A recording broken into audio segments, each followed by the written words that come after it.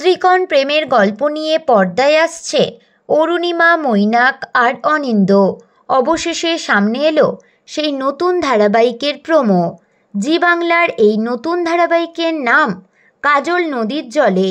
ধারাবাহিকের প্রোমো অনুযায়ী রবীন্দ্র নৃত্য পরিবেশন করছেন নায়িকা কঙ্কা এবং গান গাইছেন সমুদ্রোজ্জ্বল বসু।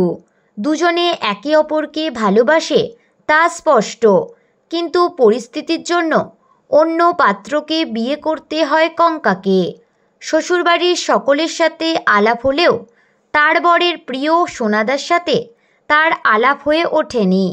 বৌভাতের দিন সকালে খাবার টেবিলে অনিন্দ তার প্রিয় সোনাদার সাথে তার স্ত্রীর পরিচয় করিয়ে দেয়। সোনাদা এবং কঙ্কা দুজন দুজনকে দেখে অবাক হয়ে তাকিয়ে থাকে।